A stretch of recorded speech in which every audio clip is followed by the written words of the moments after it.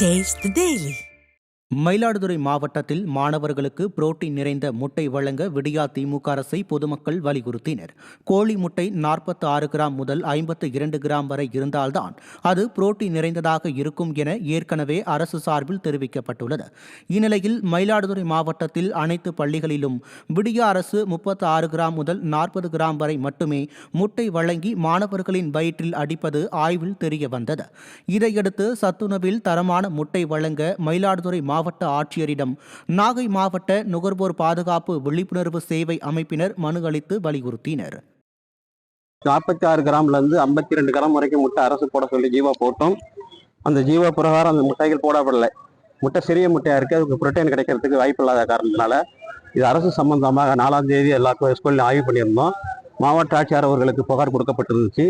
இன்றைய தேதியிலே மாவட்ட ஆட்சியர் புகார் கொடுக்கப்பட்டிருக்கு.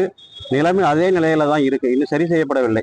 மீண்டும் மாவட்ட ஆட்சியர் அவர்களை ஆய்வு செய்து உடனடியாக அங்கே நாமக்கல்லிருந்து வரக்கூடிய முட்டைகள் அனைத்துமே சரி செய்து அந்த 52 கிராம் உள்ள முட்டைகளை உடனே கூடுதலாக இயங்க வேண்டும் என்று கேட்டுக்கொள்கிறோம்.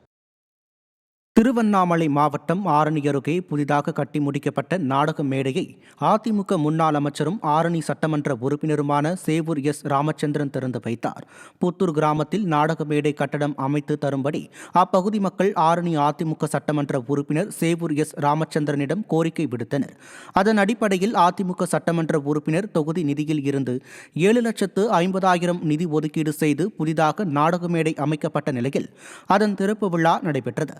இதில் கலந்து கொண்ட அதிமுக முன்னாள் அமைச்சரும் அதிமுக சட்டமன்ற உறுப்பினருமான சேவூர் எஸ் ராமச்சந்திரன் ரிப்பன் வெட்டி திறந்து வைத்தார்.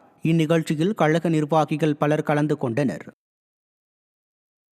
கோவை அருகே அரசு பள்ளி ஆசிரியர் சாதி பேதம் பார்ப்பதாக மாவட்ட ஆட்சியரிடம் அளிக்கப்பட்ட புகார் அதிர்ச்சியை ஏற்படுத்தியுள்ளது. கந்தே கவுண்டன் சாவடி அரசு உயர்நிலைப் பள்ளியில் பணியாற்றும் தலைமை ஆசிரியர் முருகன் மாணவிகளை தவறான முறையில் தொடுவதுடன் ஜாதி பேதம் பார்ப்பதாகவும் புகார் தெரிவித்த மாணவிகள் தங்களை குப்பை அள்ளும் வேலைக்குத்தான் லாய்க்கு என்றும் தலைமுடியை பிடித்து மேஜை மீது மோதி தாக்கியதாகவும் புகார் அளிக்கப்பட்டது. இது தொடர்பாக முதன்மை கல்வி அதிகாரியிடம் புகார் அளிக்கப்பட்டதை அறிந்த பொதுமக்கள் ஸ்டாலின் மாடல் ஆட்சியின் சமூக நீதி லட்சணத்திற்கு இதுவே சாட்சி என விமர்சித்தனர்.